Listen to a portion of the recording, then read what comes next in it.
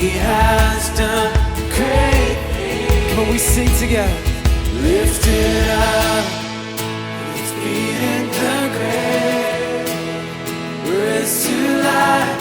Our God is able.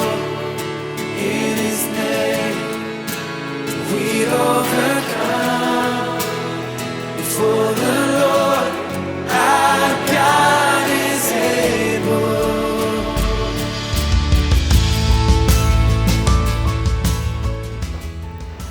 Bonjour à tous, nous voici arrivés à la troisième rencontre de notre parcours avec Jésus. Alors en ce deuxième dimanche de l'Avent, je vous ai proposé de méditer un texte de la liturgie de ce dimanche, la deuxième lettre de Saint Pierre. Dans cette deuxième lettre, il est question de l'avènement du jour de Dieu, de l'avènement du jour de Dieu. Alors, qu'est-ce que c'est que l'avènement du jour de Dieu ? Nous connaissons tous ce chant, il est né le divin enfant, chantons tous son avènement. Nous allons chanter ça dans quelques jours. Et effectivement, nous célébrons à Noël la naissance, l'avènement du Seigneur. Un avènement, c'est comme un roi qui est investi, c'est la venue du Seigneur. Mais dans ce texte de Saint Pierre, il est question d'un autre avènement, on pourrait dire d'un second avènement. Parce qu'effectivement, pendant le temps de l'Avent, nous célébrons aussi le second avènement dans la gloire. Il viendra de nouveau revêtu de sa gloire. Et dans la liturgie d'ailleurs, chaque messe nous le rappelle quand le prêtre dit cette phrase « En cette vie où nous espérons le bonheur que tu promets et l'avènement de Jésus-Christ, notre Sauveur. » Donc un avènement, une venue, la venue dans la gloire.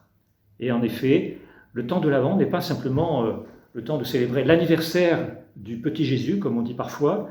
C'est vrai, on peut le dire aux enfants, mais il a un sens aussi plus large.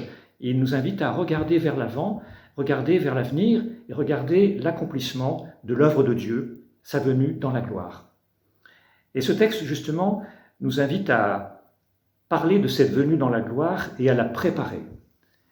Il est question d'une promesse. Le Seigneur va remplir, tenir sa promesse. Ce mot promesse est très beau parce qu'au fond, dans le langage chrétien, on parle souvent de promesse. C'est la promesse des époux qui se marient, c'est la promesse qu'un futur prêtre s'engage à tenir, c'est la promesse des scouts aussi.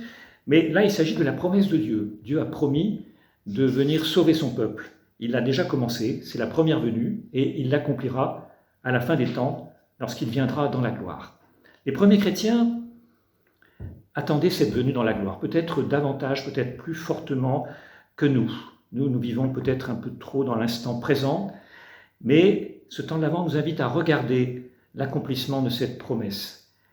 Les premiers chrétiens aussi ont trouvé que le temps était un peu long, parfois. Le Seigneur ne revenait plus comme il avait annoncé au moment de l'Ascension, et à la fin du 1er siècle, donc cette lettre a été écrite par probablement un disciple de Saint Pierre et de son école pour rassurer en un sens les chrétiens des communautés de l'époque.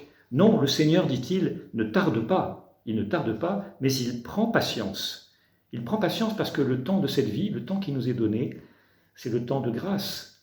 C'est l'an de grâce, comme on disait au Moyen-Âge, que nous vivons. L'an 2020, c'est un an de grâce parce que nous pouvons déjà nous préparer à accueillir le Seigneur chaque jour et le Seigneur prend patience. C'est le temps de la miséricorde. Notre vie chrétienne, c'est le temps de la miséricorde. Le Seigneur voudrait que tous, dit-il, c'est Saint Pierre qui parle dans la lettre, il veut, le Seigneur, que tous parviennent à la conversion. La conversion, c'est vraiment de changer notre vie, de nous tourner vers lui, de l'attendre, de préparer sa venue. Alors il y a aussi quelques éléments dans cette lettre qui sont un peu effrayants, ou qui pourraient nous effrayer, parce que ce sont des phrases de type apocalyptique qui annoncent la fin du monde, une sorte de cataclysme, et il est question des éléments qui sont embrasés, qui seront dissous. C'est la dissolution. Alors on a l'impression que c'est la dissolution complète, c'est vrai, mais ce n'est pas la fin au sens du terme et du dernier jour du monde. Au contraire, c'est pour une renaissance, c'est pour un renouveau, c'est pour une terre nouvelle et un ciel nouveau. Vous voyez ? Et donc, il faut que le Seigneur renouvelle tout, renouvelle notre cœur. En parlant de dissolution, on pense aussi, par exemple, à l'Assemblée nationale. qui peut être dissoute par le président pour repartir vers une nouvelle étape complète.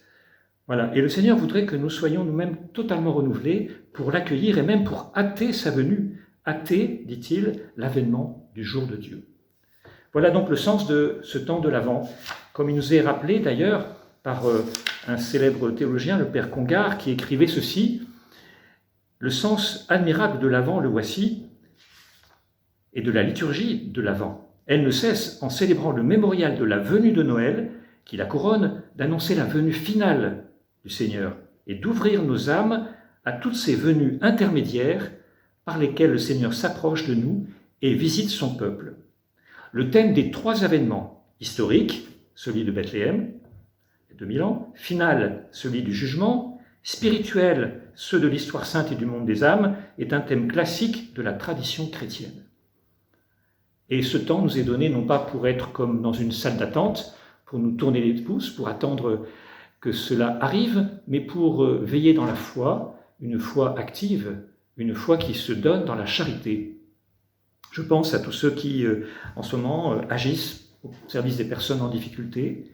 Je pense à l'Ordre de Malte, tous les samedis matins, tous les dimanches matins, dans notre paroisse, à la soupe qui est servie tous les soirs, mais aussi à ceux qui travaillent dans la société pour qu'il y ait un monde de justice, un monde de paix. Alors je terminerai avec cette phrase du Concile Vatican II, au numéro 39 de Gaudium et Spes: « L'attente de la terre nouvelle, loin d'affaiblir en nous le souci de cultiver cette terre, doit plutôt le réveiller. Le corps de la nouvelle famille humaine y grandit, qui offre déjà quelques ébauches du siècle à venir. » Nous sommes invités par Saint Pierre à préparer la venue du Seigneur en suscitant autour de nous la vraie vie du royaume de Dieu. Je vous souhaite à tous donc un bon temps d'Avent. À très bientôt. Au revoir. God is able, He will never